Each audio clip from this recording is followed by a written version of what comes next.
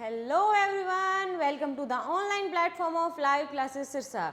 Today we are going to discuss about the lecture number 2 of same chapter, that is control and coordination of class 10th. तो last chapter में हमने कितना read कर लिया था, कितना पढ़ लिया था, वॉलंटरी, इनवॉलंटरी और रिफ्लेक्स एक्शन के बीच में क्या डिफरेंस है. Now our next topic is how nervous tissue cause muscular movement. अब हमने इस चैप्टर में पढ़ा कि न्यूरॉन्स क्या लेके आते हैं, डेंड्राइट से इन्फॉर्मेशन लेकर के आते हैं. ठीक है, लास्ट तक कोई न्यूरॉन लास्ट तक का भी होगा. अब उसके बाद हमारे मसल्स में इफेक्टर में मूवमेंट कैसे होती है, हमने हाथ हटाना है या हाथ उसी जगह पर रखे रखना है, बट हाउ ये मूवमेंट कैसे होती है अब हमने ये समझना है. ठीक है, तो इस फ्लो चार्ट को समझने से पहले मैं तुम्हें मैं बताऊंगी पहले है क्या एक्चुअल में. देखो ध्यान से सुनना. देखो पहले बात ये मान लो मेरा क्या है, लास्ट में साइनेप्टिक नोब है. ठीक है, लास्ट वाले न्यूरॉन के साइनेप्टिक नोब है जिसके अंदर साइनेप्टिक वेसिकल है. Okay ma'am, this one is our muscle. ठीक है, this one is our muscle. Muscle मतलब इफेक्टर ऑर्गन हो गया. ठीक है, मैं लिख देती हूँ यहाँ पर, ये हमारा क्या है, साइनेप्टिक नोब ऑफ,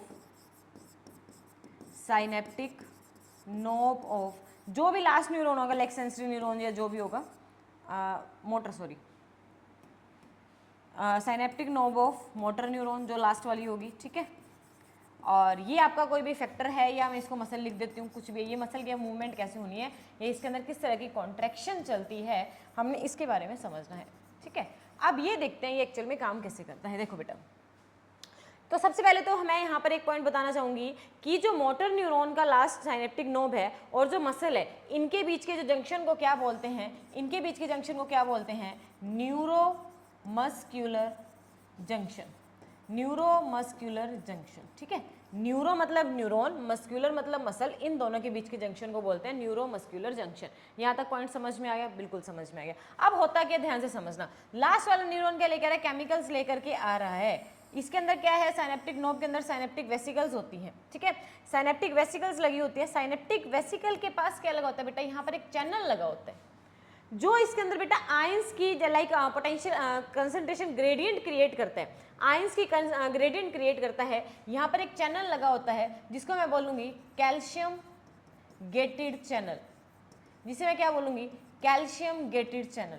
अब होता क्या है, ध्यान से समझना, फिर मैं तुम्हें फ्लो चार्ट समझाऊंगी कि इन्फॉर्मेशन आ गई मोटर न्यूरॉन से, इन्फॉर्मेशन आ गई last synaptic knob synaptic vesicle तक पहुंच चुके हैं. ठीक है, इसके अंदर जो इन्फॉर्मेशन आ रही है ये केमिकल के फॉर्म में आ रही है. तो इसके अंदर बेटा क्या भरा हुआ है, इसके अंदर भरा हुआ है मैम न्यूरोट्रांसमीटर. न्यूरोट्रांसमीटर जो न्यूरॉन से ट्रांसमिट हो करके आया है केमिकल. ये न्यूरोट्रांसमीटर की अगर मैं बात करूं तो बेटा ये दो तरह के होते हैं, एक्साइटेटरी भी होते हैं और मतलब बॉडी को काम डाउन करने वाले भी होते हैं. ठीक है, तो डिपेंड करता है कि सामने वाला जो पेशेंट आया या किस तरह का एक्शन होना है, एक्शन क्या होना है, इफेक्टर क्या करेगा, तो उसके अकॉर्डिंग ये न्यूरोट्रांसमीटर अलग अलग तरह के होते हैं. लाइक एसिटाइल कोलिन होता है, गाबा होता है, डोपामाइन होता है, सेरोटोनिन होता है. इस तरह के अलग अलग होते हैं. इनहिबिटरी होते हैं, एक्साइटेटरी न्यूरोट्रांसमीटर होते हैं. तो हमारे सिलेबस में इतना है जितना मैं तुम्हें करवाऊंगी अभी. तो होता क्या है, न्यूरोट्रांसमीटर आया. अब इस न्यूरोट्रांसमीटर ने मसल्स या इफेक्टर में कॉन्ट्रैक्शन क्रिएट करवानी है या किसी तरह की मूवमेंट क्रिएट करवानी है. ठीक है, तो होगा क्या, जैसे ही साइनेप्टिक वेसिकल के अंदर न्यूरोट्रांसमीटर फिल होंगे, ये वाला जो चैनल है ना, गेट है, ये ओपन हो जाएगा. ये वाला गेट क्या हो जाएगा बेटा, ओपन हो जाएगा, जिसको मैं क्या बोल रही हूँ, कैल्शियम गेटेड चैनल. ठीक है, अब जो चैनल होगा, जो गेट होगा, वही चीज एंटर करेगी या वही चीज बाहर जाएगी. तो क्या होगा, जैसे ही ये वाला चैनल ओपन होगा, इसके अंदर सारे कैल्शियम जो बॉडी के होंगे ना, एंडोप्लाज्मिक रेटिकुलम में है या जो भी मसल्स में, मसल के सार्कोप्लाज्मिक रेटिकुलम में, वो इसके अंदर एंटर कर जाएंगे. ठीक है, वो कैल्शियम इसके अंदर एंटर कर जाएंगे. ध्यान से समझना, कैल्शियम एंटर करते ही वो क्या करेंगे, न्यूरोट्रांसमीटर के साथ बाइंड करेंगे. न्यूरोट्रांसमीटर के साथ बाइंड करते ही इस न्यूरोट्रांसमीटर में होल कर देंगे, सॉरी इस साइनेप्टिक वेसिकल में होल कर देंगे, जिसकी वजह से सारा का सारा न्यूरोट्रांसमीटर निकल के बाहर आ जाएगा. न्यूरोमस्कुलर जंक्शन तक पहुंच गया. ठीक है, अब इनके बीच में क्या आ गया बेटा, एक्शन पोटेंशियल जनरेट होगी है. कहीं पॉजिटिव चार्ज ज़्यादा है, कहीं पॉजिटिव चार्ज कम है, कहीं कम है, कहीं ज़्यादा है. इस तरह से इसके बीच में एक्शन पोटेंशियल जनरेट हो गई है. ध्यान से समझना, जैसे ही न्यूरोट्रांसमीटर आए साइनेप्टिक वेसिकल पे, कैल्शियम गेटेड चैनल ओपन हुआ, कैल्शियम आ गया अंदर, जिसने कैल्शियम ने क्या किया, इस न्यूरोट्रांसमीटर के साथ बाइंड करके इस जो साइनेप्टिक नोब की वॉल है ना, उसको रप्चर कर दिया. रप्चर करते ही सारे न्यूरोट्रांसमीटर निकल के आगे बाहर खुले मैदान में. ठीक है जी, अब हमारे मसल्स के पास, इफेक्टर ऑर्गन के पास क्या लगे हुए हैं बेटा, रिसेप्टर्स लगे हुए हैं. मसल के पास क्या लगा हुआ है, रिसेप्टर लगे हुए हैं। अब ये वाले जो न्यूरोट्रांसमीटर है इन रिसेप्टर्स के साथ क्या कर जाएंगे बेटा, बाइंड कर जाएंगे, इन रिसेप्टर्स के साथ बाइंड कर जाएंगे और जैसे ही बाइंड करेंगे इसके अंदर क्या स्टार्ट हो जाएगी, कॉन्ट्रैक्शन क्रिएट होनी स्टार्ट हो जाएगी, कॉन्ट्रैक्शन क्रिएट होनी स्टार्ट हो जाएगी। समझ में आया? तो सिंपल अगर मैं लैंग्वेज में बताऊं तो मसल्स कैसे मूव करते हैं, by generating action potential between the ions. समझ में आ गई बात? ठीक है। अच्छा, मैं यहाँ से एक छोटा सा और कंसेप्ट बताती हूँ। मान लो किसी को पैरालिसिस होता है, मैं यहाँ पर एक कंसेप्ट बताती हूँ, किसी को पैरालिसिस है। अब पैरालिसिस में क्या होता है, मान लो उसका लेफ्ट साइड या जो भी साइड उसका हेड ब्लॉक है वो नहीं हिल पा रहा है। अब उस मसल्स के अंदर क्या है, किसी तरह की मूवमेंट नहीं हो पा रही है, कहने का मतलब यही है। तो मूवमेंट क्यों नहीं हो रही है, इसका मतलब रिसेप्टर के साथ हमारे न्यूरोट्रांसमीटर बाइंड ही नहीं कर रहे। बाइंड होते ही कॉन्ट्रैक्शन स्टार्ट होगी। बाइंड नहीं कर रहे, बाइंड नहीं कर रहे, बाइंड क्यों नहीं कर रहे, मैं बात समझना ध्यान से। न्यूरोट्रांसमीटर तो आ रहे हैं, न्यूरोट्रांसमीटर तो आ रहे हैं, बट जो ये रिसेप्टर्स है ना, इसके जो मसल के रिसेप्टर हैं, इसको इसी के WBC ने, मसल के ही WBC ने, बॉडी के ही खा लिया इस केस में। ठीक है, अब खुद ने ही खुद के सेल को खा लिया, तो इसीलिए पैरालिसिस को बोला जाता है बेटा ऑटो इम्यून डिसऑर्डर। अब न्यूरोट्रांसमीटर तो निकले हैं बट मेरे पास रिसेप्टर नहीं है, तो बाइंड किसके साथ करेगा, जब तक बाइंडिंग ही नहीं होगी कॉन्ट्रैक्शन कहाँ स्टार्ट होगी। इसी वजह से जो पैरालिसिस वाला पर्सन होता है उसके जो WBC होते हैं वो उसके रिसेप्टर को खा जाते हैं, फैगोसाइट कर लेते हैं, खत्म कर देते हैं। रिसेप्टर नहीं है तो बाइंडिंग नहीं है, बाइंडिंग नहीं है तो कॉन्ट्रैक्शन नहीं है, इसीलिए उसका एक साइड कहते हैं ब्लॉक है या डेड है, जो भी पर्सन का पैरालिसिस होता है। क्या ये पॉइंट समझ में आया? तो सिंपल सी लैंग्वेज में क्या है कि मसल कैसे मूव करता है, by creating action potential. Action potential, ions का एक्शन पोटेंशियल जनरेट होने की वजह से मसल्स में मूवमेंट या एक्शन स्टार्ट होता है। ये कहानी समझ में आ गई? दोबारा समझना, जैसे ही लास्ट वाला मोटर न्यूरॉन का लास्ट जो साइनेप्टिक वेसिकल के पास न्यूरोट्रांसमीटर पहुंचेंगे, अब उसे पता है अब उसे मसल के पास जाना है, तो वो मसल के पास अपने आप नहीं जा सकेगा। इसके पास एक क्या लगा होता है, चैनल लगा होता है जिसे बोलते हैं कैल्शियम गेटेड चैनल। वो क्या हो जाएगा, जैसे इसके अंदर न्यूरोट्रांसमीटर भरेंगे वो ओपन हो जाएगा, ओपन होते कैल्शियम बॉडी से इसके अंदर एंटर कर जाएंगे। वो कैल्शियम इसके अंदर एंटर करते क्या करेंगे, इनके अंदर पोर क्रिएट करना शुरू कर देंगे, जिसकी वजह से सारे न्यूरोट्रांसमीटर बाहर निकल के आ जाएंगे और किसके साथ बाइंड कर जाएंगे, मसल के रिसेप्टर के साथ बाइंड कर जाएंगे। बाइंडिंग होते ही कॉन्ट्रैक्शन स्टार्ट हो जाएगी। यहाँ ज़्यादा है, यहाँ कम है, मूवमेंट होगी, एक्शन पोटेंशियल जनरेट हुआ, मूवमेंट हुई, यहाँ ज़्यादा है यहाँ कम है, फिर बाइंड करके आगे चलेगा, फिर आगे चलेगा। इस तरह से क्या होता है, मसल्स के अंदर मूवमेंट स्टार्ट होती है। ये वाला पॉइंट समझ में आ गया? अगर ये पॉइंट समझ में आ गया तो अब हम पढ़ते हैं, इसकी रीडिंग करते हैं। देखो इसको, how nervous tissue cause movement. देखो सबसे पहले नर्व इंपल्स मसल के पास पहुंची, मसल फाइबर मूव होते हैं, ठीक है। अब वो अपनी शेप चेंज करता है, अपने अरेंजमेंट चेंज करता है। क्यों चेंज करता है? क्योंकि उसने रिसेप्टर को अपने साथ बाइंड करना होता है, ठीक है। मसल के सेल श्रिंक कर जाते हैं बाइंडिंग की वजह से और उसकी वजह से उसके अंदर क्या स्टार्ट होती है, कॉन्ट्रैक्शन स्टार्ट होती है। और यहाँ से MCQ ये भी बन के आता है कि जब न्यूरोमस्कुलर जंक्शन पर न्यूरोट्रांसमीटर्स आते हैं तो ठीक है, उसमें मूवमेंट होती है, तो उस टाइम पर जो मसल के सेल होते हैं वो क्या करते हैं, श्रिंक हो जाते हैं या और भी लॉन्ग होते हैं। बिकॉज बेटा कॉन्ट्रैक्शन होनी है। कॉन्ट्रैक्शन का मतलब ही क्या होता है, कॉन्ट्रैक्ट करना, सिकुड़ना। सिकुड़ेगा कब, जब श्रिंक होगा। बात समझ में आ गई? तो इस तरह से हमारा जो नर्वस टिश्यू है क्या करता है, मूवमेंट कोज करता है। समझ में आ गया? अब ये वही चीज है, जैसे इन्फॉर्मेशन आई है यहाँ से क्या होगा, देखो देखो देखो, साइनेप्टिक वेसिकल्स हैं, न्यूरोट्रांसमीटर अंदर आने शुरू हो जाएंगे। ये इस तरह से है, ज़्यादा इसमें करने की जरूरत नहीं है, ठीक है जी। तो यहाँ से हमारा एक पार्ट कंप्लीट होता है, कौन सा, रिफ्लेक्स एक्शन का, या जो भी बेसिक टर्म्स वाला है वो वाला पार्ट कंप्लीट होता है। तो नेक्स्ट हम स्टार्ट करते हैं ब्रेन के बारे में। और आई थिंक मैंने ये ब्रेन वाला तुम्हें लास्ट लेक्चर में करवा दिया है, तो एक बार उस लेक्चर को पढ़ लो, समझ लो, तुम्हारा हो जाएगा क्लियर, ठीक है। चलो, तो नेक्स्ट हमने स्ट्रक्चर ऑफ ब्रेन, चलो एक बार फिर से बता देती हूँ, कोई बात नहीं। स्ट्रक्चर ऑफ ब्रेन में हमने क्या क्या पढ़ा है कि ये मान लो क्या है, हमारा एक ब्रेन है, ठीक है। इस तरह से क्या है, एक ब्रेन है। अब ब्रेन के ऊपर क्या है, कवरिंग है, first covering, second covering, third covering, और इसके बाद एक बॉक्स में कवर है ना। फर्स्ट कवरिंग को हमने क्या नाम दिया था, फर्स्ट वाली को क्या नाम दिया था, dura mater, dura mater, okay ma'am. Second वाले को नाम क्या दिया था, एरेक्नोइड, एरेक्नोइड। वैसे लास्ट लेक्चर में एक सारा है, पढ़ लेना इसको जाके एक बार। थर्ड वाले को हमने क्या नाम दिया था, पाया मैटर, ठीक है। तीनों को मिला के क्या बोला जाता है, मेनिंजेस। इनके अंदर क्या भरा होता है, एक फ्लूइड भरा होता है, उस फ्लूइड को क्या बोलते हैं, CSF। CSF की फुल फॉर्म क्या होती है, सेरिब्रो स्पाइनल फ्लूइड। जो ब्रेन को मैकेनिकल शॉक से प्रिवेंट करता है, यही बात थी, ठीक है। इसके ऊपर हार्ड कवरिंग होती है जिसे क्या बोलते हैं, स्कल। एक बोनी बॉक्स होता है, या मैं इसको बोल लूँगी क्रेनियम। ये हार्ड होता है जिसको हम खोपड़ी बोलते हैं हिंदी में, ब्रेन को प्रोटेक्ट करके रखती है, ठीक है। यही पढ़ा था अपन ने, क्लियर है पॉइंट। चलो, इसके अलावा इसके अंदर क्या है बेटा, कुछ लोब्स प्रेजेंट होते हैं। चलो, लोब से पहले हम पढ़ते हैं रीजंस के बारे में। इसको मैं रब कर देती हूँ एक बार, आजा भाई नीचे आ जाओ। चलो, अब हम पढ़ते हैं स्ट्रक्चर ऑफ ब्रेन। हमारे ब्रेन के बेटा 3 रीजंस होते हैं। हमारे ब्रेन के, वैसे ब्रेन 2 होता है, लेफ्ट ब्रेन और राइट ब्रेन, ठीक है। लेफ्ट लर्निंग के लिए होता है, राइट क्रिएटिविटी वगैरह के लिए होता है। तो स्ट्रक्चर ऑफ ब्रेन की अगर मैं बात करूँ तो ब्रेन के 3 रीजंस हैं। ब्रेन के 3 रीजंस हैं, कौन कौन सा, fore brain, mid brain, hind brain. Start करते हैं फोर ब्रेन, फ्रंट वाला पार्ट फोर ब्रेन, मिडल वाला पार्ट मिड ब्रेन, हाइंड बिल्कुल पीछे वाला पार्ट जिसको हम पंजाबी या हिंदी में जो भी आप बोलना चाहो, गुद्दी बोलते हैं, कुत्ती बोलते हैं, वट जो आपके लैंग्वेज में बोला जाता है उसे, है ना। तो ये हमारे क्या है, ब्रेन के 3 स्ट्रक्चर्स हैं। फर्स्ट वन इज फ्रंट पर है तो क्या नाम देंगे, फोर ब्रेन। बीच में है, मिडल में है तो मिड ब्रेन। बिल्कुल लास्ट में रह गया तो कौन सा आ जाएगा, hind brain. And for sure आज मेरे से चाहे रिटर्न में ले लो, एक क्वेश्चन, एक नहीं तो दो क्वेश्चन इस टॉपिक से पक्का तुम्हारे बोर्ड में पूछे जाएंगे, ठीक है।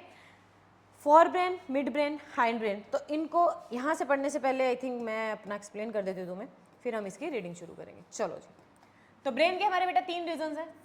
ब्रेन के 3 रीजन्स हैं, कौन कौन सा पार्ट है। First one is fore brain, okay ma'am. Second one is mid brain, okay. And third one is hind brain, okay. Third वाला पार्ट हो गया। अब हम बढ़ते हैं सबसे पहले फोर ब्रेन के बारे में। फोर ब्रेन के बारे में अगर मैं तुम्हें थोड़ा सा बताऊं तो तुम्हें ये वाला पार्ट ब्रेन दिख रहा है, पार्ट, हाँ विजिबल है। जो ये वाला पार्ट दिख रहा है ना, ये अखरोट से वाला, ये कर्विंग सा पार्ट है, ये है फोर ब्रेन, ठीक है। ये वाला कौन सा है, फोर ब्रेन है। अब इसी को एक्सप्लेन करते हैं, चलो जी। तो फोर ब्रेन हमारा कौन सा है, लार्जेस्ट पार्ट है। सबसे पहले हमने क्या बात याद रखनी है, fore brain is the largest part of the brain, okay ma'am. Main thinking part of the brain, it is the main thinking part of the brain, okay बेटा, समझ में आ गया। लार्जेस्ट कितना, 2/3 हिस्सा इसका कवर करके बैठा है। 2/3 पार्ट ये पूरे ब्रेन का कवर करके रखता है। देखो इतना बड़ा है, 2 हिस्से तो 3 में से यही कवर करके रखता है। मेन थिंकिंग पार्ट है। जितने भी वॉलंटरी एक्शंस हैं, खाना पीना, सोना जागना, जवाब देना, लॉजिक लगाना, रीजनिंग करना, राइटिंग करना, लर्निंग करना, बाइसिकल चलाना, ड्राइविंग करना, राइडिंग करना, व्हाटएवर जो आप अपनी मर्जी से करते हो, अपने मन पसंद से करते हो, वो सारे के सारे वॉलंटरी एक्शंस को कौन कंट्रोल करता है, हमारा फोर ब्रेन कंट्रोल करता है। समझ में आएगा, ठीक है मैम। अब इसी को यहीं पे थोड़ा सा मैं एक्सप्लेन कर देती हूँ। ये मान लो क्या है, मेरा पूरा फोर ब्रेन है, ये मेरा क्या है, पूरा का पूरा फोर ब्रेन है, ठीक है। ये फोर ब्रेन बेटा जिस तरह से अखरोट 2 हिस्सों में टूटता है ना, उस तरह से ये भी फर्दर 2 रीजन्स में डिवाइड होता है। इन दोनों रीजन्स को क्या बोलते हैं, इसके अच्छा okay. Fore brain largest part है, मेन थिंकिंग पार्ट है, सारे वॉलंटरी एक्शन कंट्रोल करता है। इसके पास, इसके अगर मैं फर्दर पार्ट्स की बात करूं, रीजन्स की बात करूं, तो इसका एक फर्स्ट होता है सेरिब्रम, ठीक है। सेकेंड वन इज डायनसेफिलोन जो आपके सिलेबस में नहीं है, तो हम ज़्यादा इसके बारे में नहीं पढ़ेंगे, ठीक है। थर्ड वन इज थैलेमस, ठीक है। थैलेमस के ऊपर है एपिथैलेमस और थैलेमस के नीचे है हाइपोथैलेमस। तो हाइपोथैलेमस हमारा ग्लैंड्स कंट्रोल वाला पार्ट आ जाता है। तो इसको मैं यहाँ पर तुम्हें नहीं करवाऊंगी, बस पता होना चाहिए ये इसके पार्ट है, ठीक है। तो सेरिब्रम अगर पेपर में आता है लार्जेस्ट पार्ट ऑफ ब्रेन तो fore brain, largest part of fore brain तो सेरिब्रम। समझ में आ गया। सेरिब्रम सारे के सारे इसके वॉलंटरी एक्शन कंट्रोल करवाता है, ठीक है। तो वो जो लार्जेस्ट पार्ट दिख रहा है ना, ये वाला, ये हमारा सेरिब्रम है। और ये सेरिब्रम 2 रीजन्स में डिवाइड होता है। ये सेरिब्रम 2 रीजन्स में डिवाइड होता है, जिसे क्या बोला जाता है, इन दोनों को बोलते हैं सेरिब्रल हेमिस्फीयर। सेरिब्रल हेमिस्फीयर, पूरे स्फीयर को 2 में डिवाइड कर दिया तो क्या बन जाएगा, सेरिब्रल हेमिस्फीयर। जिस तरह से एक अखरोट है, जब हम तोड़ते हैं 2 हिस्सों में टूटता है बीच में से, सेम टू सेम वही है क्या, हमारा सेरिब्रम के 2 पार्ट, सेरिब्रल हेमिस्फीयर। अब देखो, अब इसके अंदर बेटा देखो इस तरह से ऊपर नीचे चल रहा है, ये क्या है, इनको क्या बोलते हैं, इनके बीच को इसको बोलते हैं ग्रूव्स। ग्रूव्स, इस ग्रूव्स के अंदर बेटा हमारी इंफॉर्मेशन स्टोर होती है, ठीक है। अब मान लो एक पर्सन है, उसके ग्रूव्स ऐसे हैं, ठीक है, और एक पर्सन है उसके ग्रूव ऐसे हैं, किसके ग्रूव ज़्यादा है? ऑब्वियसली इसके ज़्यादा दिख रहे हैं, इसके ज़्यादा है तो इसके अंदर इस इंफॉर्मेशन इसके ब्रेन में ज़्यादा स्टोर होगी, तो ये ज़्यादा इंटेलिजेंट होगा। समझ में आ गया? तो याद रखना ये नहीं होता हाँ लड़कियां टॉप कर रही हैं या लड़के टॉप कर रहे हैं, वट एवर जो भी ट्रेंड चला हुआ, मिथ चला हुआ है, तो ऐसा कुछ नहीं होता।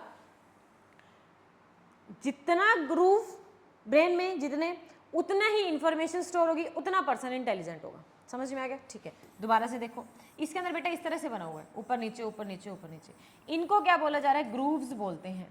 अब इस ग्रूव्स में देखना, दो चीजें बेटा, एक ऊपर जा रही है एक नीचे, एक ऊपर जा रही है एक नीचे जा रही है, एक ऊपर जा रही है एक नीचे, इस तरह से है ना, इस तरह से। ऊपर वाले को बोलते हैं जो एलिवेशन है गहराई, ऊपर वाली एलिवेशन को हमने क्या बोलना है? गहराई, और नीचे डिप्रेशन को क्या बोलना है? सल्काई। सल्का सही सारे, डिप्रेशन को क्या बोलना है? सल्काए। एलिवेशन को हमने क्या बोलना है? गहराई बोलना है। पूरे को मैं क्या बोल दूंगी? ग्रूव्स बोल दूंगी। ठीक है मैम, यहाँ तक याद हो गया। अब मैं अगर वेट की बात करूँ तो weight of female brain, female के ब्रेन का जो वेट होता है वो अराउंड 1250 ग्राम पाया जाता है, वो अराउंड 1250 ग्राम 1250 ग्राम पाया जाता है। और यही वेट ऑफ अगर मैं मेल ब्रेन की बात करूं तो वो बेटा 1400 ग्राम पाया जाता है। अब तुम कहोगे कि मैम फीमेल के ब्रेन का वेट तो कम है, फिर भी टॉप कर रही हैं। हाँ, क्योंकि उनके ब्रेन में ग्रूव्स ज़्यादा है, ठीक है, वेट से कोई लेना देना नहीं है। ग्रूव्स ज़्यादा होने की वजह से ज़्यादा इन्फॉर्मेशन इनके बीच में स्टोर होगी, ज़्यादा इन्फॉर्मेशन स्टोर होगी तो ऑब्वियसली ज़्यादा इंटेलिजेंट माना जाएगा ना। समझ में आ गई बात? क्लियर है? ठीक है, तो ये वाला हमारा किसका पार्ट था? पूरा सेरिब्रम का पार्ट था। ओके मैम, अब मैंने बोला कि ये इनके बीच में दो सेरिब्रल हेमिस्फीयर हैं, तो ये दोनों सेरिब्रल हेमिस्फीयर जुड़े भी तो होंगे ना, ये दोनों सेरिब्रल हेमिस्फीयर जुड़े भी तो होंगे, किसी ना किसी से जुड़े होंगे ना। जिससे ये दोनों सेरिब्रल हेमिस्फीयर जुड़े होते हैं उसे बोलते हैं corpus callosum. For your board exam most important term, corpus callosum से दोनों के दोनों सेरिब्रल हेमिस्फीयर जुड़े होते हैं, पूरे सेरिब्रम को जोड़ करके रखती है, बना करके रखती है, that is corpus callosum. It is a narrow duct which join the two cerebral hemisphere. समझ में आ गया? क्लियर? तो ये वाला हमारा किसका पार्ट था? पूरा का पूरा फोर ब्रेन का पार्ट था। ओके मैम, अब आते हैं हम मिड ब्रेन पे। चलो ये रब कर दे, ये वाला पार्ट रब कर दे, ठीक है।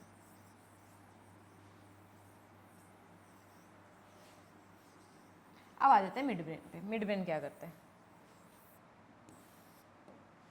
मिड ब्रेन क्या करेगा? इसको अपन लाइन लगा देते हैं। देखो, मिड ब्रेन बीच में है, इसके और इसके बीच में, समझ में आया? तो ये क्या करेगा बेटा? इट जॉइंस द या it connects the fore brain and mid brain. समझ में आ गया? Fore brain and mid brain. समझ में आ गया? ठीक है। अच्छा, डिवीज़न की अगर मैं बात करूं, आप हायर स्टडीज़ में पढ़ेंगे तो इसमें डिवीज़न होती हैं, बट हमारी 10th की जो एनसीईआरटी कहती है इसमें डिवीज़न नहीं है, तो हम 10th की एनसीईआरटी फॉलो करेंगे। It do not have further division, ठीक है। और अगर मैं फंक्शन की बात करूं तो ये सारे के सारे आंखों के फंक्शन कंट्रोल करता है। It controls the size of focal length of eyes, ठीक है। जैसे कई बार अंधेरे कमरे में है तो आंखें बड़ी कर लेते हैं, एकदम धूप में गए तो आंखें छोटी कर लेते हैं। दैट इज वो हमारा जो फोकल लेंथ आई का चेंज हो रहा है ना, वो हमारा मिड ब्रेन क्या कर रहा है? जैसे उसको कंट्रोल कर रहा है, ठीक है। नेक्स्ट आ जाते हैं हाइंड ब्रेन पे। चलो थर्ड पार्ट पे आते हैं, हाइंड ब्रेन। लास्ट वाला पार्ट है, ठीक है। तो second largest part of the brain लिख सकते हैं इसमें, second largest part of the brain. Okay ma'am, वो छोटू से। इसके तीन फर्दर रीजंस हैं, इसकी फर्दर तीन डिवीजन है। First one is this one is cerebrum, ध्यान से पढ़ना, this one is cerebrum and this one is cerebellum, L, that is R, this is L. Clear? Okay ma'am. Next is pons. हमारे NCERT में only पोन्स नाम दे रखे हैं, but मैं चाहूंगी कि मेरे स्टूडेंट होने के नाते आप इसका पूरा नाम पढ़ें, pons varolii. And third one is medulla oblongata. Medulla oblongata बिल्कुल हमारे ब्रेन का लास्ट पार्ट होता है और इसके बाद से क्या स्टार्ट हो जाती है, स्पाइनल कॉर्ड स्टार्ट हो जाती है। तो यहीं से हमारा क्वेश्चन भी आता है कि ब्रेन का कौन सा पार्ट स्पाइनल कॉर्ड के साथ डायरेक्टली अटैच होता है, that is medulla oblongata. Medulla oblongata, clear है पॉइंट? ओके मैम क्लियर है। Now what is the function of this? अच्छा एक बात बता दूं मैं तुम्हें, जो बोर्ड है ना, बोर्ड सीबीएसई बोर्ड वाले, वो बोर्ड वाले क्या करेंगे, जहाँ सेम टू सेम बात आ जाती है ना, उनको लगता है कि यहाँ बच्चा बिगड़ सकता है, मतलब बिगड़ इन द सेंस कि यहाँ अड़ सकता है बच्चा अपने क्वेश्चन को सॉल्व करने में, वही उसी चीज़ की नब्ज पकड़ के मैं तुम्हें इस टॉपिक को सॉल्व करवाऊंगी कि वो क्या कहेगा। देखो यहाँ सेरिब्रम है, सेरिब्रम हमने बताया वॉलंटरी एक्शन कंट्रोल कर रहे हैं। अब जिसने मेरी क्लास नहीं लगाई तो वो सेरिबेलम का क्या करके आ जाएगा, मैम सेरिब्रम का उल्टा सेरिबेलम है, this one controls the voluntary action, now this one controls the involuntary action, फटाफट से टिक करके आ जाएगा, राइट? ऐसा नहीं करना बेटा। ये आपके प्रीवियस ईयर का क्वेश्चन है, डायरेक्ट एमसीक्यू में पूछा हुआ था। जो सेरिबेलम है ना बेटा, वो सेरिब्रम का उल्टा काम नहीं करता है, पहली बात तो याद रखनी है। तो मैम ये करता क्या है फिर, मैम ये करता क्या है फिर, this one maintains your body posture, आपके बॉडी के पोस्चर को मेंटेन करता है। लाइक आपने देखा होगा कुछ जो लोग होते हैं वो ऐसे झुके हुए होते हैं, या कुछ बिल्कुल ऐसे सीधे होते हैं, या कुछ मतलब पीछे की तरफ झुके होते हैं, दैट इज उनका जो बॉडी का पोस्चर है ना वो मेंटेन नहीं है। अब जैसे सर्कस वगैरह में देखा होगा, वो जो गर्ल्स वगैरह होती हैं वो उस पर स्ट्रिंग पे चल रही होती हैं, तो वो कितना बैलेंस से चल रही है, मतलब उनका जो सेरिबेलम पार्ट है ना वो पूरा स्ट्रॉन्ग बना के आए हैं वो, है ना। तो this one controls and maintains the body posture, ये हमारे बॉडी के पोस्चर को मेंटेन करता है। Okay ma'am, now what is pons varolii? Pons varolii हमारे रेट ऑफ रेस्पिरेशन को कंट्रोल करता है। सांस कई बार हम भाग के आए बहुत तेज चढ़ जाता है, अरे सो रहे हैं तो स्लो हो जाता है, एकदम डर के तेज हो जाता है, दैट इज रेट अमाउंट उसकी जो कंट्रोल कर रहा है रेस्पिरेशन की, that is pons varolii. And medulla oblongata performs the opposite function of cerebrum, that is it controls all the involuntary actions of the body. It controls all the involuntary actions of body like heartbeat, blood pressure, sneezing, vomiting, coughing, etc. etc. Clear है point? And ये बात ध्यान से रखना, paper में पूछी जाएगी कि ब्रेन का कौन सा पार्ट है जो डायरेक्ट स्पाइनल कोर्ड से जुड़ा होता है, दैट इज मेड्यूला ऑब्लंगेटा। और तुम्हें मैं भी डायग्राम में भी दिखाऊंगी किस तरह से क्वेश्चन आएगा। और बॉडी पोस्चर है, सॉरी यहाँ पर पोस्चर करो, बॉडी पोस्चर, ओके यहाँ तक समझ में आ गया। अब यहाँ से क्वेश्चन क्या आ सकता है कि इफ देयर विल बी कुछ भी एक्सेट्रा XYZ नाम दे दो, he she met with an accident and उसका जो हो रहा है सेरिबेलर डिसफंक्शनिंग हो गया। डॉक्टर ने बोला कि उसका सेरिबेलर डिसफंक्शनिंग हुआ है, मैं ध्यान से बोलना मैं क्या बोल रही हूँ, सेरिबेलर डिसफंक्शनिंग हुआ है, मतलब सेरिबेलम में प्रॉब्लम आई है। तो क्वेश्चन आएगा क्या होगा उसकी बॉडी पे इफेक्ट क्या पड़ेगा बेटा, वो इक्विलिब्रियम में नहीं आ पाएगी, उसकी बॉडी इक्विलिब्रियम में नहीं आ पाएगी, बॉडी का पोस्चर मेंटेन नहीं कर पाएगी। क्लियर है? या ऐसे क्वेश्चन आ सकता है सेम कि उसका किसी के भी XYZ का एक्सीडेंट हुआ है और अब वो ठीक से खड़ी नहीं हो पा रही है, उसका जो बॉडी है ना वो अपने आप में स्टेबल नहीं हो पा रहा, इधर गिर रहा है इधर गिर रहा है, स्टेबिलिटी नहीं है, दैट इज बॉडी पोस्चर में प्रॉब्लम आई है। बॉडी पोस्चर में प्रॉब्लम आई है तो एक्सीडेंट जो हुआ है ब्रेन के कौन से पार्ट को डैमेज करके गया है, सेरिबेलम को। आपको फंक्शन से पार्ट याद रखना है, पार्ट से फंक्शन याद रखना है, और आएगा भी हाइंड ब्रेन से, ये भी गारंटी दे रही हूँ, इससे पीछे कुछ नहीं आएगा। आई थिंक ब्रेन वाला पार्ट आपका क्लियर हो गया होगा, नोट डाउन कर लो इसको।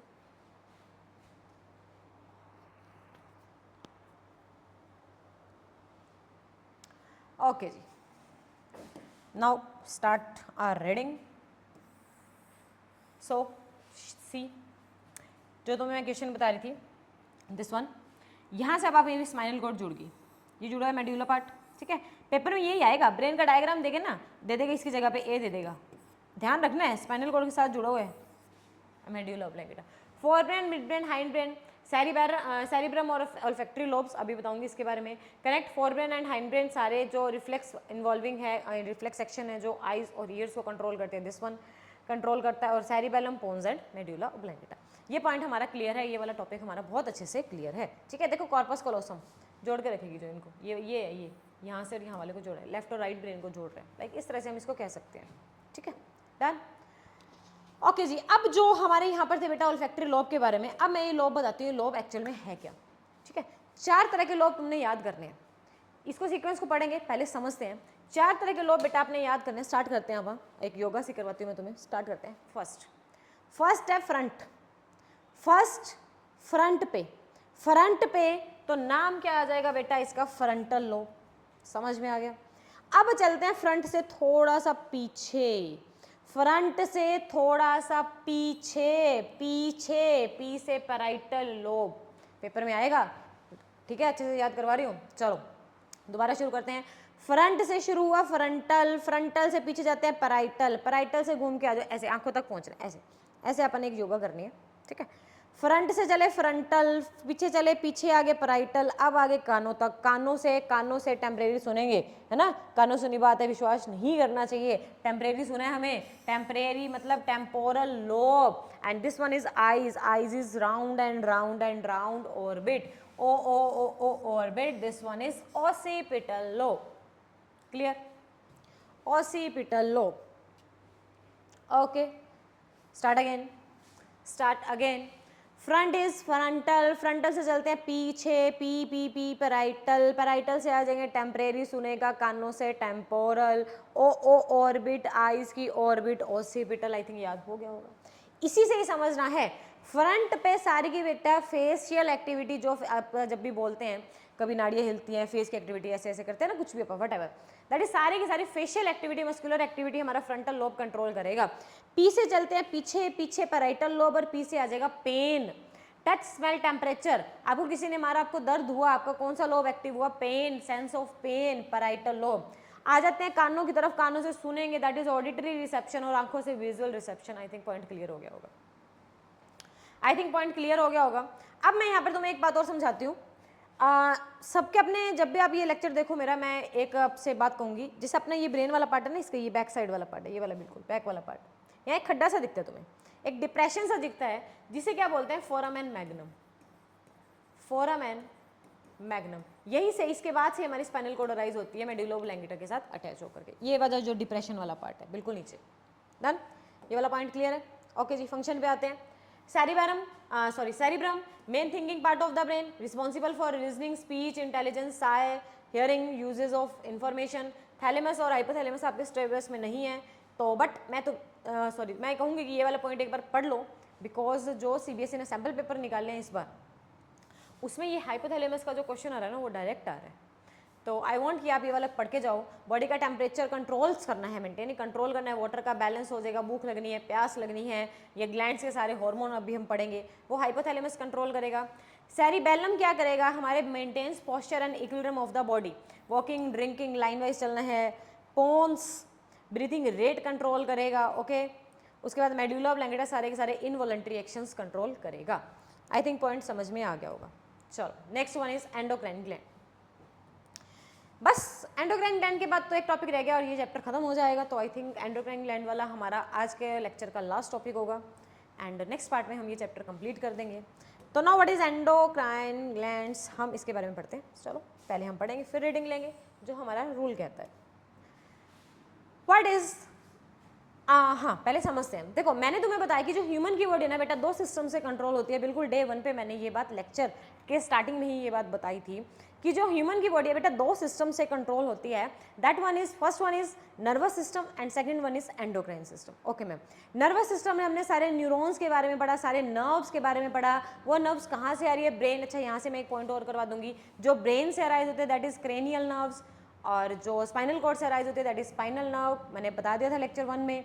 Cranial nerves are 12 in number, 12 pairs होती हैं, and spinal nerves are 31 in number, 31 pairs होते हैं। मीन मतलब ओके, वर्टिब्रल कॉलम, बैकबोन, ये हमने सारा कर लिया था, ठीक है। तो नर्वस सिस्टम में हमने सारा न्यूरॉन, ब्रेन्स, नर्व सारा ये कंप्लीट कर लिया, spinal cord. Second one is endocrine system. तो अब सेकंड जो हमारा सिस्टम है जो हमारे बॉडी को कंट्रोल करता है that is endocrine system. Okay ma'am, अब नर्वस सिस्टम में सारे के सारे न्यूरॉन्स, नर्व फाइबर्स मिलकर के एक सिस्टम बना रही थी दैट इज नर्वस सिस्टम। तो एंडोक्राइन सिस्टम में सारी की सारी बेटा एंडोक्राइन ग्लैंड्स मिलकर के एक सिस्टम बनाएगी जिसे क्या बोलेंगे, एंडोक्राइन सिस्टम। पॉइंट क्लियर है, ठीक है। अब ये मैम ग्लैंड क्या है, ये ग्लैंड क्या है, लाइफ प्रोसेस में भी मैंने तुम्हें बताया था बेटा, ग्लैंड एक ऐसा पर्टिकुलर आप कह सकते हैं ऑर्गन कह सकते हैं, मतलब ऐसा ऑर्गन नहीं बोलेंगे, काइंड ऑफ, जो क्या करेगा, एक केमिकल सिक्रेट करता है in the form of enzymes और in the form of hormones. वो बॉडी की डिफरेंट फंक्शनिंग में हेल्प करता है। लाइक हमने डाइजेशन में पढ़ा था, saliva, amylase, pepsin, trypsin, lipase, है ना, ये सारे पढ़े थे। इन्होंने क्या किया था बेटा, डाइजेशन में अलग अलग सब्सटेंस की डाइजेशन में हेल्प किया था। सिमिलरली अब हम यहाँ पर क्या पढ़ रहे हैं, बॉडी के अलग अलग मूवमेंट में क्या क्या हेल्प होगा उसी के बारे में पढ़ रहे हैं। तो यहाँ की जो ग्लैंड्स है जो भी सिक्रेट करेंगे उन्हें हॉर्मोन्स बोला जाएगा और वो बॉडी के डिफरेंट डिफरेंट फंक्शनिंग में हेल्प करेंगे।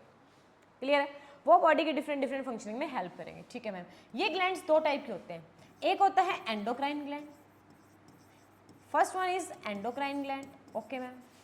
Second one is exocrine gland, okay ma'am. Most of the जो ग्लैंड्स होते हैं ना वो एंडोक्राइन होते हैं हमारे बॉडी में, सम कुछ एक्सोक्राइन, बहुत रेयर, और कुछ दोनों की तरह भी काम करते हैं। ठीक है, तो एंडोक्राइन और एक्सोक्राइन में फ़र्क क्या है पहले हम ये समझते हैं। आई थिंक आपने ग्रेड 8th में जो चैप्टर है, I think reaching the age of adolescence, हाँ, उसमें भी आपने इनके बारे में पढ़ा होगा कि जो एंडोक्राइन ग्लैंड्स हैं वो ट्यूब्स में, ब्लड में क्या करते हैं, ब्लड की जो वेसल्स होते हैं उनमें हॉर्मोन्स ना सिक्रीट करके डायरेक्ट ब्लड में सिक्रीट कर देते हैं। ठीक है, तो वो एंडोक्राइन ग्लैंड्स है, और जो ट्यूब्स में डक्ट में सिक्रीट करते हैं हॉर्मोन्स को, दैट इज एक्सोक्राइन ग्लैंड। अब इन्होंने डक्ट में नहीं सिक्रीट किया, डायरेक्ट ब्लड में सिक्रीट किया है, डक्ट मतलब जो वेसल्स है, इसीलिए इसे क्या बोलते हैं, डक्टलेस ग्लैंड। ठीक है, अब पेपर में क्या आएगा, एक ऐसा ग्लैंड का नाम बताओ जो एंडो और एक्सो दोनों की तरह काम करता है। पहली बात तो तुम्हें ये पता होना चाहिए कि जो दोनों की तरह काम करेगा उसे बोलेंगे हेट्रोक्राइन ग्लैंड। ठीक है, या उसका नाम क्या हो जाता है, मिक्स्ड, ये लिख देती हूँ, मिक्स्ड ग्लैंड, मिक्स्ड ग्लैंड। अब वो कौन है, एक इकलौता, दिस वन इज पैनक्रियाज। और मैं इस क्वेश्चन के साथ हाईली फेवर में जाना चाहूँगी कि क्वेश्चन आ सकता है, how pancreas act as a heterocrine in nature, how pancreas act as a mixed gland. देखो बेटा, अब आप लाइफ प्रोसेस पे थोड़ा सा रिकॉल करते हैं कि पैनक्रियाज हमने वहाँ भी पढ़ा था, वहाँ भी हमने पैनक्रियाज पढ़ा था। वहाँ पे हमने पैनक्रियाज में क्या पढ़ा था बेटा, कि वो पैनक्रियाटिक जूस सिक्रीट करते हैं जिसके अंदर माइलेज, लाइपेज एंड ट्रिप्सिन है, वो डिफरेंट डिफरेंट सब्सटेंस को डाइजेस्ट करने में हेल्प कर रहे हैं। ठीक, ओके, वहाँ ब्लड में गया था, किसके, कैसे गया था, ब्लड में, वेसल्स के थ्रू ही गया था, समझ में आ गया। ठीक है, अब यहाँ पर भी पैनक्रियाज है जो एंडोक्राइन की तरह भी काम करता है, कैसे करता है वो अभी हम इसमें समझेंगे। ठीक है, ये वाला पॉइंट क्लियर है। चलो, ये वाला पॉइंट अगर क्लियर है तो अब ये ग्लैंड बेटा सिक्रीट क्या करते हैं, एक हार्मोन सिक्रीट करते हैं, हार्मोन सिक्रीट करते हैं। और इसी चैप्टर के लेक्चर 1 में मैंने हार्मोन के बारे में कंप्लीट एक्सप्लेनेशन दी हुई है, आपको उसको पढ़ के आना है। ठीक है, पढ़ो, ये समझोगे तब आपको समझ में आ जाएगा कि हार्मोन्स आर द, मैं एक बार रिकॉल करवा देती हूँ, hormones are the chemical messengers which are required in trace amount by the body and helps in the different functioning of the body. Clear? And helps in the different functioning of the body. अब वो different functioning है क्या, growth करवानी है या growth करवानी है या वट एवर, थायराइड, वो भी हम समझते हैं इसके बारे में क्या क्या आएगा। तो स्टार्ट करते हैं, चलो जी करें स्टार्ट। तो पहले रीडिंग ले लें एक बार, सॉरी थोड़ा सा डिस्टर्बेंस हो गई। चलो जी रीडिंग ले लें। ये आई थिंक 8th का है आपका टॉपिक, ऐसे दे देंगे, ये 8th में गया, 10th में भी इंपॉर्टेंट है, इस तरह से दे देंगे। और अलग अलग जो हैं ग्लैंड्स हैं उनका ऐसे लोकेशन दे देंगे, यहाँ पर A B C, इनमें बताओ भी कौन सा ग्लैंड है, कौन सा हार्मोन सिक्रीट कर रहा है और वो क्या फंक्शनिंग कर रहा है। तो endocrine glands are ductless gland that secrete hormones directly into the blood, इनको वेसल्स की रिक्वायरमेंट नहीं पड़ती। तो अब हम इसको करने से पहले हम अपना पढ़ेंगे क्या, हार्मोन्स का पूरा चार्ट, पूरा टेबल, बहुत अच्छे से समझना। लास्ट टॉपिक है आज के लेक्चर का, बहुत अच्छे से समझना। फर्स्ट वन इज, अच्छा तुम्हें याद क्या करना है इन ग्लैंड्स के बारे में, डायरेक्ट क्वेश्चन मिलेगा यहाँ से, और 101% क्वेश्चन ग्लैंड्स का एक आता ही आता है।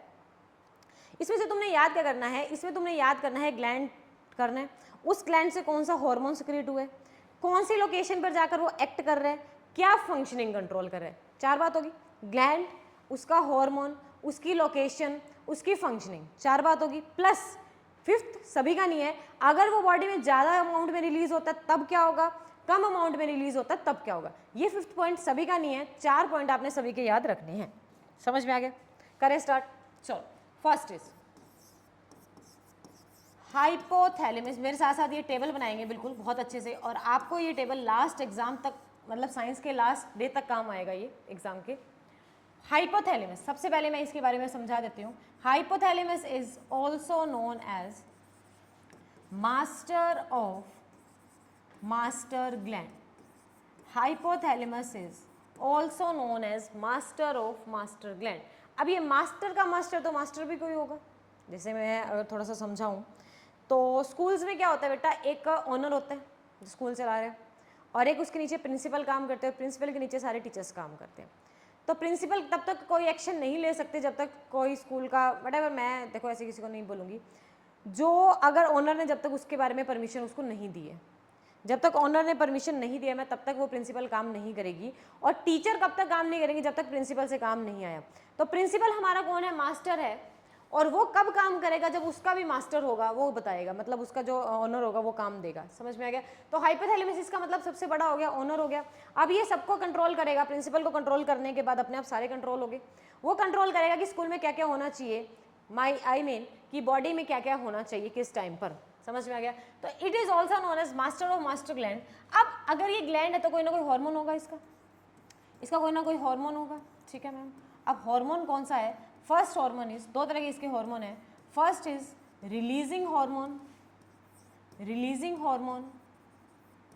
And second is inhibitory hormone, inhibitory hormone. अब करना क्या, देखो नाम से समझो, रिलीजिंग जब बॉडी को किसी चीज की रिक्वायरमेंट है तो ये कहेगा कि ये रिलीजिंग सिग्नल सेंड करेगा। अभी तूने, मतलब जो भी उसका मास्टर है, तूने अब ये रिलीज करना है, ठीक। और जब उसकी रिक्वायरमेंट खत्म हो जाएगी तो ये इनहिबिटरी सिग्नल भेजेगा मास्टर को भी, अब तूने वो चीज रोकनी है। ठीक है, बस बॉडी में और कोई काम ही नहीं है, मेन तो यही काम है, कब चीज निकलनी है कब चीज रुकनी है, दैट इज, यही कौन कंट्रोल कर रहा है, हमारा हाइपोथैलेमस कंट्रोल कर रहा है। ओके, अगर रिलीजिंग को लिखे जाएंगे RH से, इनहिबिटरी को लिख रहे हैं IH से। ठीक है, तो इट कंट्रोल्स, अगर मैं फंक्शनिंग की बात करूं, it controls the functioning of all, सारे जो उसके मास्टर होगा उसके जो भी हार्मोन्स होंगे उनकी सबकी फंक्शनिंग यही कंट्रोल करेगा। और इसका मास्टर कौन है बेटा, पिट्यूटरी।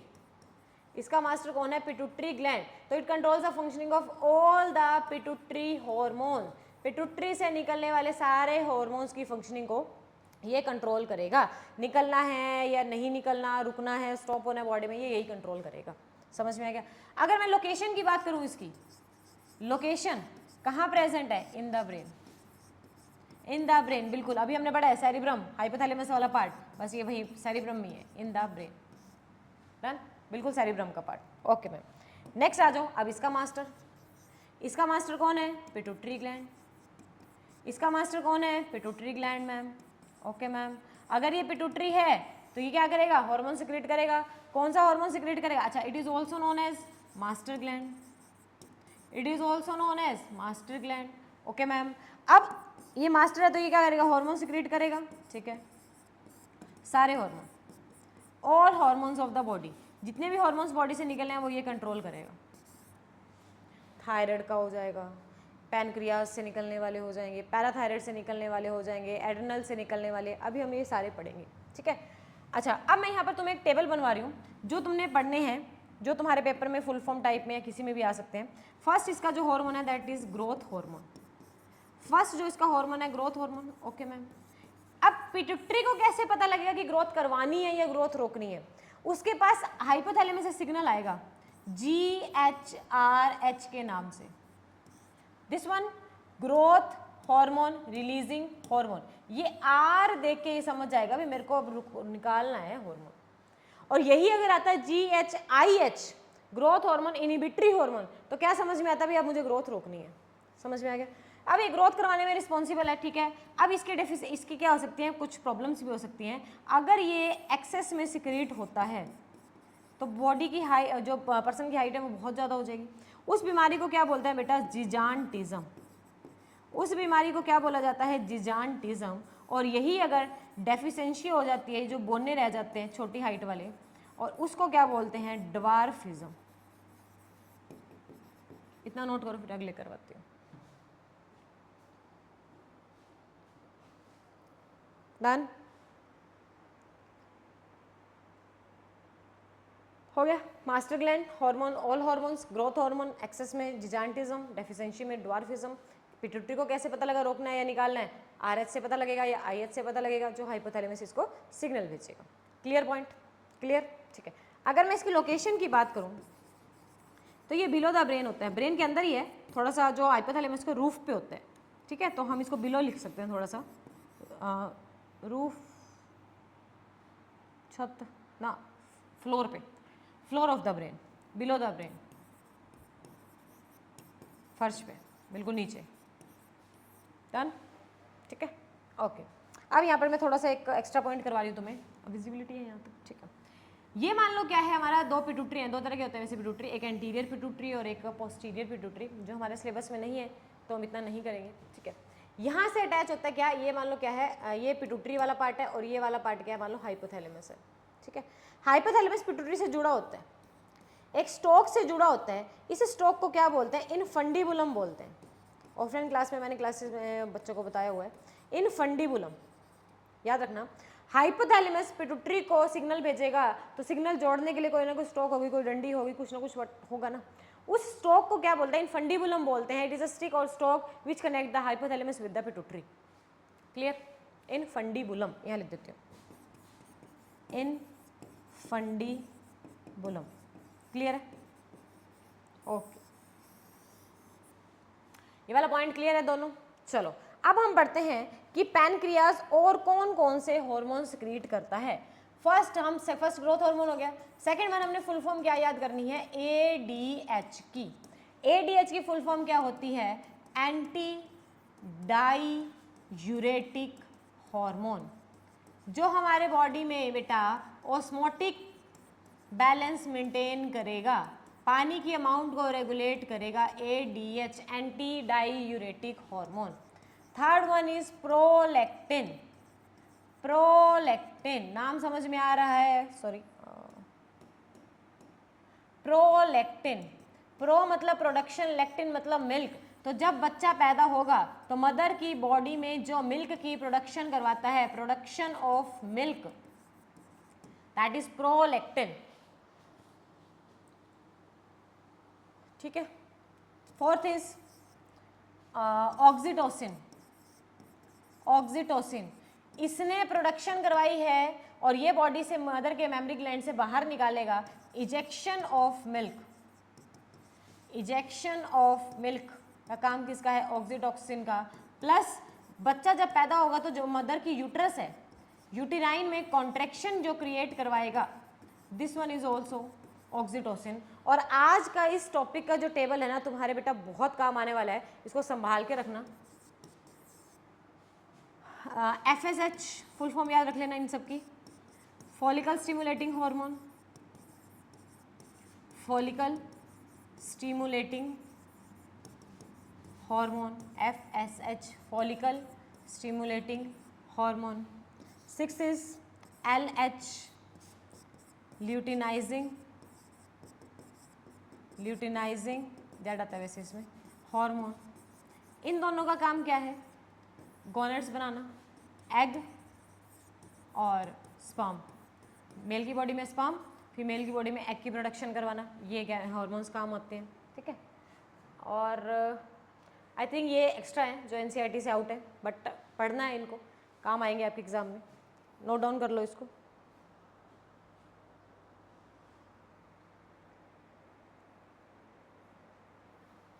चल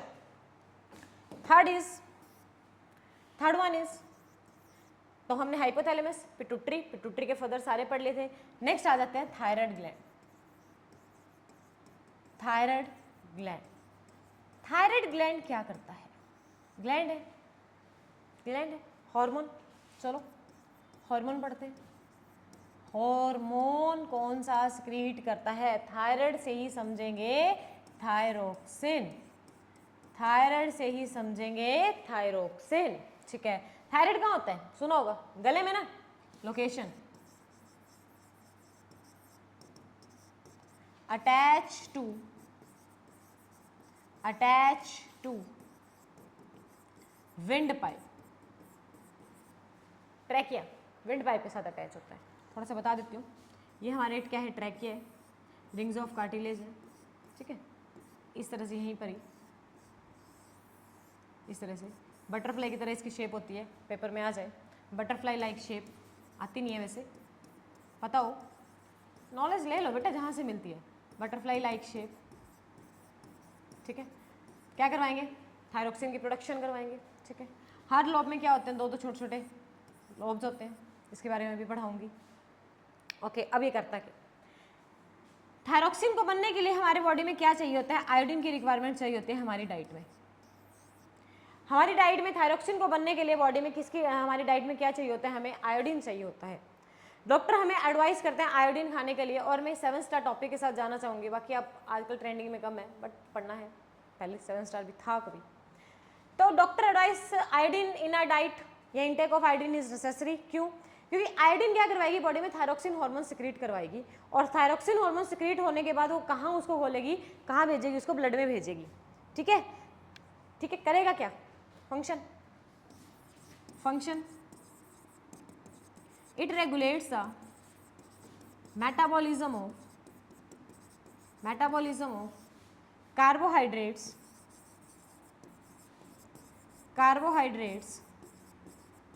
and fats in our body। हमारे बॉडी में कार्बोहाइड्रेट और फैट की मेटाबॉलिज्म को रेगुलेट करेंगे। अब होता क्या है, थायराइड ग्लैंड अपनी जगह पर है, इसने आयोडीन मिल गया प्रॉपर, इसने थायरोक्सिन सिक्रीट कर दिया, थायरोक्सिन ने हमारे बॉडी की कार्बोहाइड्रेट और फैट को मेटाबोलाइज कर दिया, पूरी बॉडी में, पूरे ब्लड में मिक्स करवा दिया, ठीक है। अब क्या किया तुमने बेटा, डाइट में आयोडीन कम ले ली, कम लेने से थायराइड ग्लैंड ने थायरोक्सिन तो अपनी जगह पर बनाया बट आयोडीन उसको प्रॉपर नहीं मिला उसकी फंक्शनिंग करने के लिए।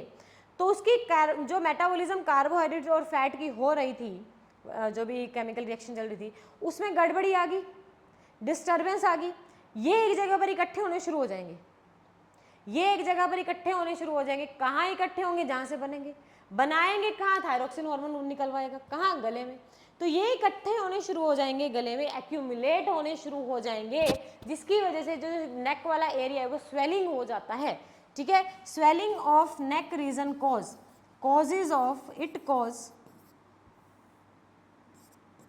causes swelling of neck region।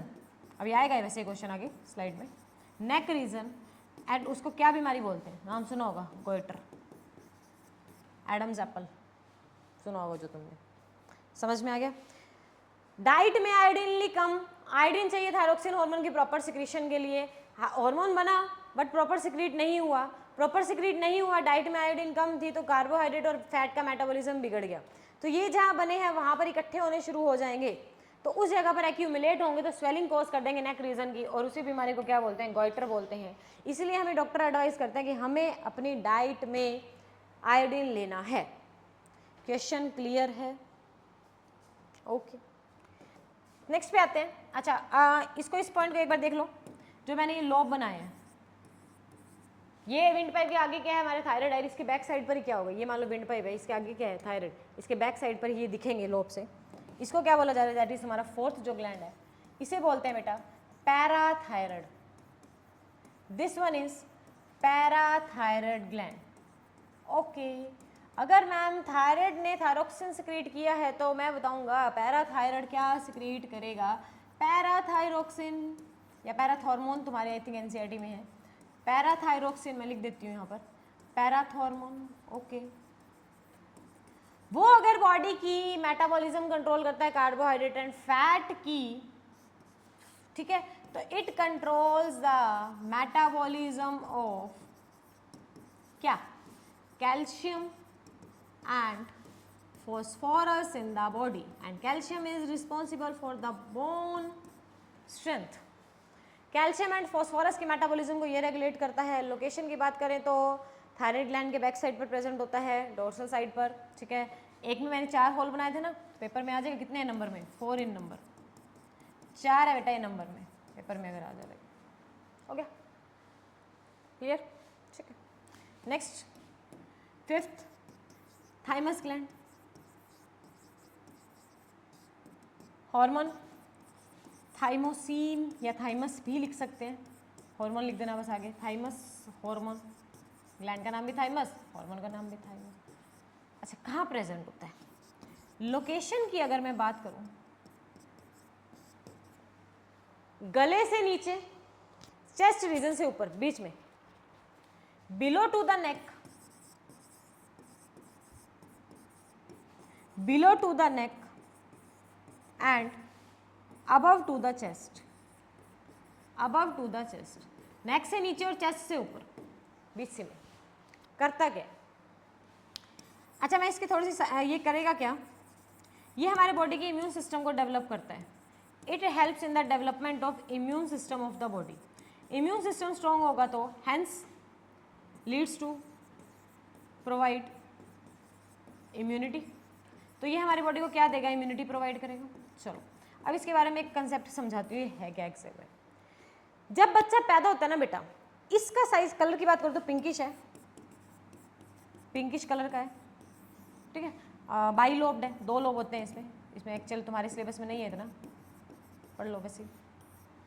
होगा क्या, यहाँ है न्यूबॉर्न बेबी है तो उसके जो थाइमस का साइज है ना बहुत बड़ा है, बहुत ज़्यादा बड़ा है तो ज़्यादा WBC बॉडी में बनाएगा, ज़्यादा WBC बॉडी में बनेंगे तो इम्यून सिस्टम ज़्यादा स्ट्रॉन्ग होगा, ठीक है। धीरे धीरे वही बच्चा एटमॉस्फेयर के साथ, इन्वायरमेंट के साथ टच में आता है, कॉन्टैक्ट में आता है, पॉल्यूशन मिलता है जो हमारे WBC को ख़त्म करना शुरू करते हैं। WBC खत्म होने शुरू होंगे, धीरे धीरे कम होने शुरू होंगे, इसका साइज कम होता जाएगा। जितना साइज कम होता जाएगा उतना इम्यून सिस्टम वीक होता जाएगा। इसीलिए जो न्यूबॉर्न बेबी होता है बेटा, मिल्क पर भी सर्वाइव कर जाते हैं। और हम जब तक, तुम जब तक फास्ट फूड ना खाओ काम नहीं चलता, समझ में आ रहे? और थोड़ा सा भी फास्ट फूड खाने से इंडाइजेशन हो जाती है, जिसकी वजह से दवाई भी लेनी पड़ती है। छोटे बच्चों को इतनी दवाइयों की जरूरत नहीं होती, समझ में आ गया? तो जितना थाइमस का साइज बड़ा उतना इम्यून सिस्टम स्ट्रॉन्ग, जितना थाइमस का साइज छोटा उतना immune system weak, and that person is more prone to disease. इसीलिए जो ओल्ड एज पर्सन होते हैं उन्हें ज़्यादा बीमारी लगती है, थाइमस का साइज बिल्कुल छोटा है। क्लियर है point? This one is the point, note down कर लो।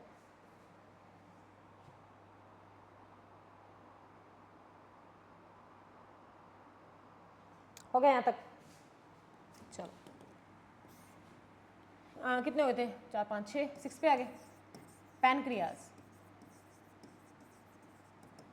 पैनक्रियाज क्या करेगा? तो पैनक्रियाज एक ऐसा इकलौता ग्लैंड है जो हेट्रोक्राइन या मिक्स्ड ग्लैंड की तरह काम करता है। हेट्रोक्राइन या मिक्स्ड ग्लैंड की तरह काम करता है। अब पेपर में आ जाएगा तो कैसे, एक्सो की तरह कैसे, तो पैनक्रियाटिक जूस वाला लिख के आएंगे। एंडो की तरह कैसे, तो वो लिख के आएंगे जो भी समझाऊंगी। ओके अच्छा, पैनक्रियाज कहाँ होता है? लोकेशन कहाँ होता है? पढ़ा था ना, स्टमक के नीचे, लीवर के अपोजिट साइड पर, below to the stomach.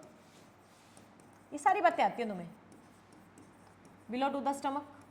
Okay, hormone, 2 hormone बेटा ये सिक्रीट करता है। First one is insulin, first one is insulin and second one is glucagon. Glucagon करेगा क्या? इंसुलिन के इंजेक्शन क्यों लेते हैं? इंसुलिन के इंजेक्शन क्यों लेते हैं? ताकि जो ब्लड का शुगर लेवल है वो कम हो पाए, ठीक है। तो इंसुलिन क्या करवाएगा? It lowers the blood sugar level, blood sugar level, ठीक है। तो ग्लूकागन इसका उल्टा हो जाएगा, it highers the blood sugar level. Drop होगी बिल्कुल, थोड़ा सा इक्वल लेके आनी है, उसको बढ़ा देगा कौन? ग्लूकागन, ठीक है। पेपर में क्या क्वेश्चन आने वाला है? क्वेश्चन क्या आने वाला है? हाउ। क्वेश्चन आने वाला है हाउ, किस तरह से इंसुलिन जो है जो ब्लड की शुगर लेवल को कम करता है। देखो, ब्लड के शुगर लेवल को कम करना है, मतलब जो ब्लड का शुगर है यानी कि जो ब्लड का ग्लूकोज उसको तोड़ना है ना। तो ब्लड के शुगर लेवल को कम करेगा by the breakdown of glucose, और ग्लूकोज का ब्रेकडाउन होना उसको क्या बोलते हैं? ग्लाइकोलिसिस। ओके मैम, समझ में आ गया? अच्छा, अब ग्लूकोज को बढ़ाना है बॉडी में, ग्लूकोज को बॉडी में बढ़ाना है, उसको क्या बोलेंगे? उसको क्या बोलेंगे बताओ? बढ़ाना है ग्लूकोज को तो बनाना पड़ेगा, बनाना पड़ेगा। तोड़ने को मैंने ग्लाइकोलाइसिस बोल दिया, बढ़ाने को मैं क्या बोलूंगी? बनाने को क्या बोलूंगी? ग्लूकोनियोजेनेसिस। याद रखना पॉइंट, ग्लूकोनियोजेनेसिस। ग्लूको के छोटे पार्टिकल्स को थोड़े पार्टिकल्स को, जेनेसिस मतलब जनरेट करना। तो how insulin louvers the blood sugar level? by break down the glucose present in the, या break down the sugar present in the blood. This is known as glycolysis. And how glucagon higher the blood sugar level? By formation of glucose, that process is known as gluconeogenesis. Point clear है? Clear है, okay. जब हमारा pancreas खुद से insulin बना रहा है तो बाहर से इंसुलिन की इंजेक्शन लेने की जरूरत क्यों पड़ती है? क्वेश्चन आ सकता है, why it is necessary to take the insulin injection? क्यों उस केस में लेने की जरूरत पड़ती है जिस केस में पैनक्रियाज जो इंसुलिन बना रहा है that is not sufficient for the body to lower the blood sugar level, या पैनक्रियाज जो है नेचुरल इंसुलिन नहीं बना पा रहा है, बॉडी में डिसफंक्शनिंग हो चुकी है, पैनक्रियाज नेचुरल इंसुलिन नहीं बना रहा है, उस केस में हमें इंजेक्शन लेने की जरूरत पड़ती है। समझ में आ गया? अब इंजेक्शन ही क्यों, मेडिसिन क्यों नहीं, सिरप क्यों नहीं, इंजेक्शन ही क्यों? क्यों? क्योंकि बेटा जब इसके अगर मैं मेडिसिन लेती हूँ ना तो खानी पड़ेगी, खानी पड़ेगी, पेट में जाएगी, पेट में जाएगी तो पेट में क्या है, HCl, HCl के साथ रिएक्ट कर जाएगी और क्या हो जाएगा, ये खराब हो जाएगा सिस्टम, ठीक है। तो इसीलिए इंजेक्शन लिए जाते हैं ताकि डायरेक्ट ब्लड में जाए, क्योंकि उसके साथ जाएगी फिर ब्लड में जाएगी, लंबा प्रोसीजर भी है, और उसका HCl, उसका पेप्सिन उसको खत्म भी कर देते हैं, ब्रेक डाउन कर देते हैं। तो अगर मैं इसके इंजेक्शन लूँगी डायरेक्ट तो डायरेक्ट ब्लड में जाएगा और उसी टाइम ब्लड की शुगर लेवल को हाथों हाथ कम कर देगा। समझ में आ गया? इसीलिए इसके इंजेक्शन लिए जाते हैं। नोट डाउन कर लो।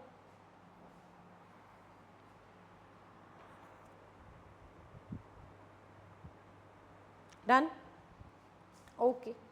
Then next is most important, कितना आ गया, 7th आ गया क्या? मोस्ट इंपॉर्टेंट PYQ भी ऐसे वो आई थी case study, adrenal gland.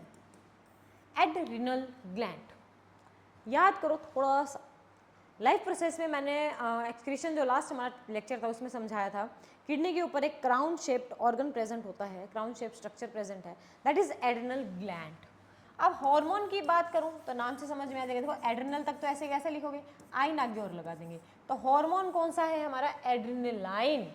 Location अभी मैंने बता दी है, कहाँ, अपर टू द किडनी या ऑन द किडनी, चलो अपर टू द किडनी लिख देते हैं, प्रेजेंट ऑन द किडनी ऐसे भी लिख सकते हैं, किडनी पे प्रेजेंट है, दो है ना, दो किडनी है तो दो ही हो जाएगा, क्राउन शेप्ड है, ठीक है। हार्मोन हो गया, लोकेशन हो गया, फंक्शनिंग की बात करते हैं।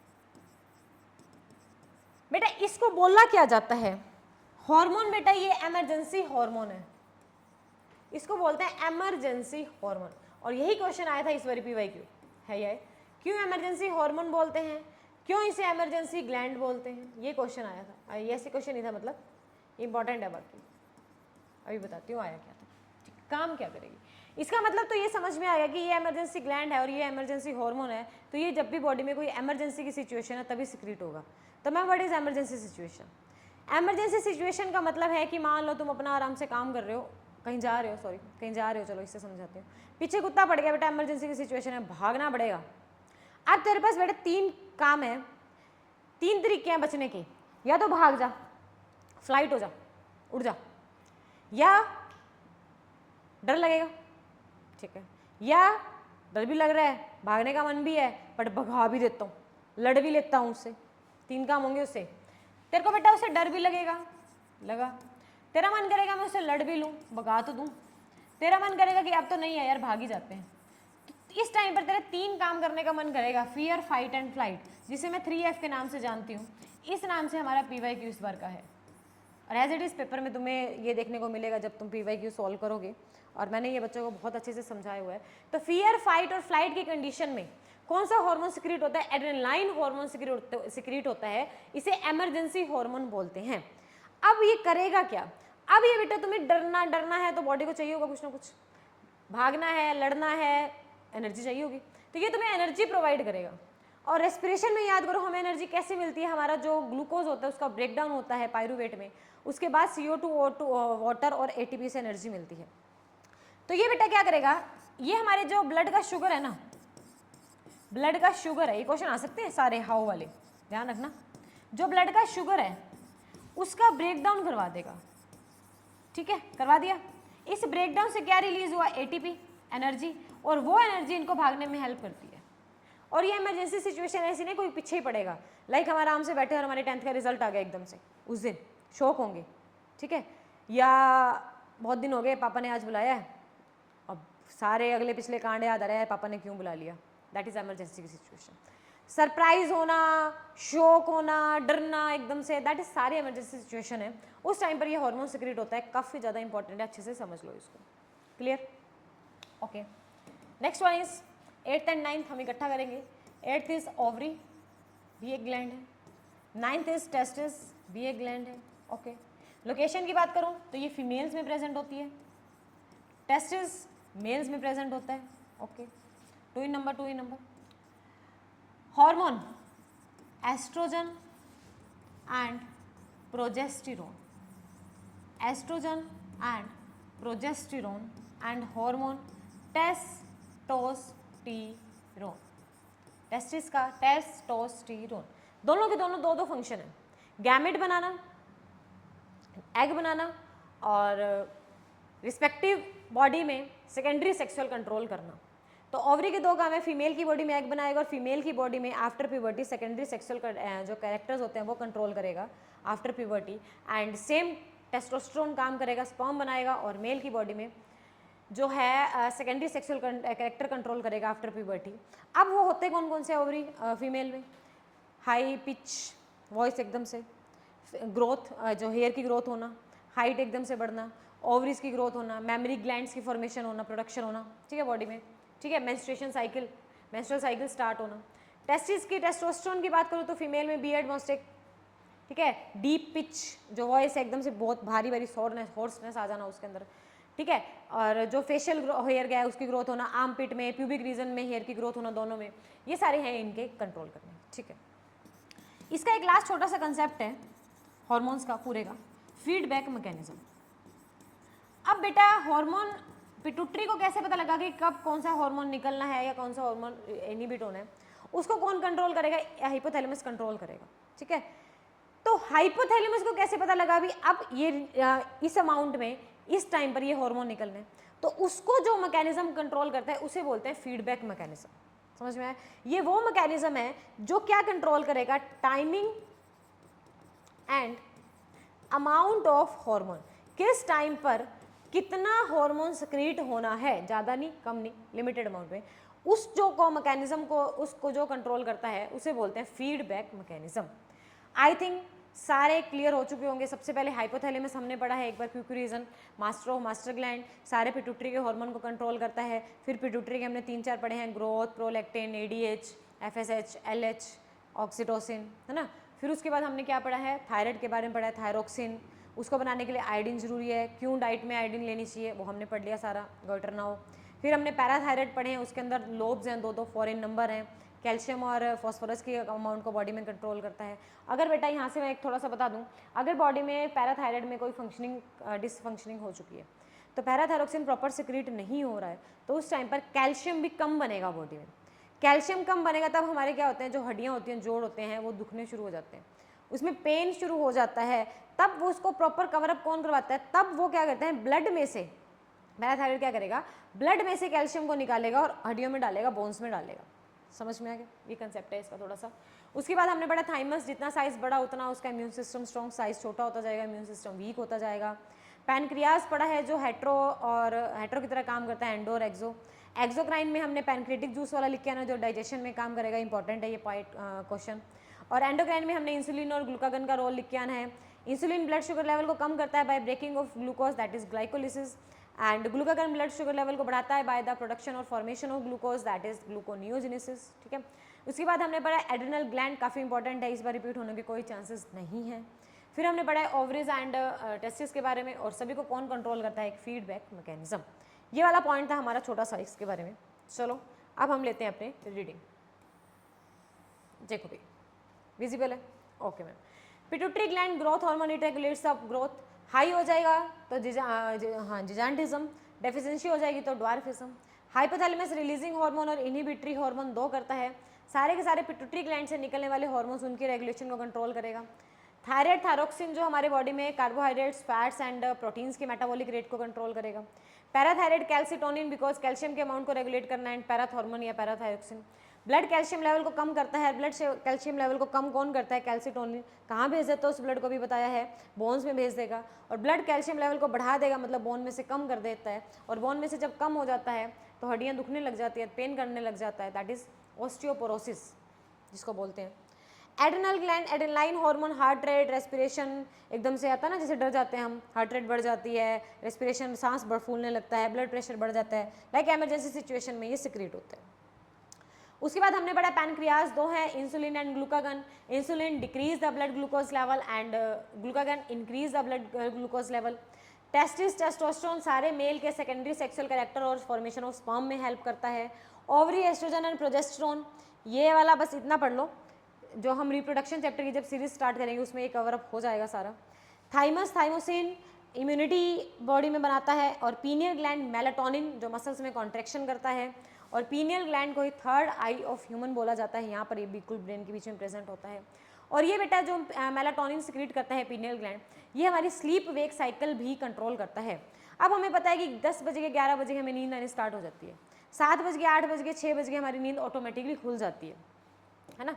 तो मतलब वो हमारा जो स्लीप वेक साइकिल है ना, वो कंट्रोल कौन कर रहा है, हमारा पीनियल ग्लैंड कंट्रोल कर रहा है। और स्लीप वेक साइकिल को ही क्या बोलते हैं, सर्काडियन रिदम बोला जाता है, यहाँ लिख लो, सर्काडियन रिदम, मतलब स्लीप वेक साइकिल हमारा ये कंट्रोल करता है, कब उठना है कब सोना है, सर्काडियन रिदम, ठीक है, स्लीप वेक साइकिल। क्लियर है यहाँ तक पॉइंट, ये हमने अच्छे से पढ़ लिया, ठीक है।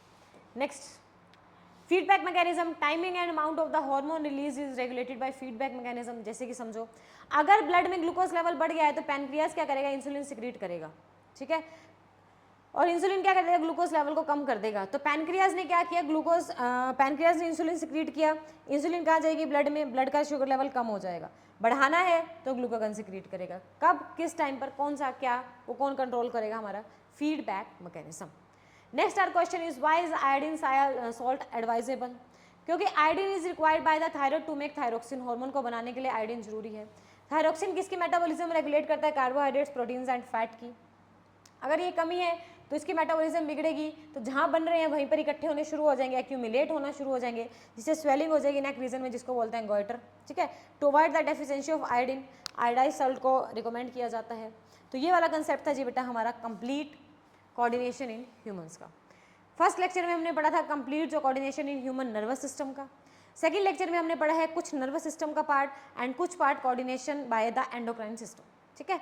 एंड लास्ट लेक्चर में हम पढ़ेंगे कोऑर्डिनेशन इन प्लांट का, जो सिंपल सा है, इजी सा है, एक ही लेक्चर में हम उसको कंप्लीट कवर अप कर देंगे।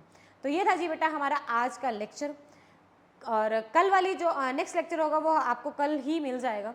तो ट्यून रहिए मेरे साथ, पूरा चैप्टर अच्छे से समझिए। किसी तरह का डाउट आता है कमेंट बॉक्स में कमेंट अपना ड्रॉप कीजिए, आपका सारे डाउट क्लियर किए जाएंगे, ठीक है। Take care, bye, have a nice day.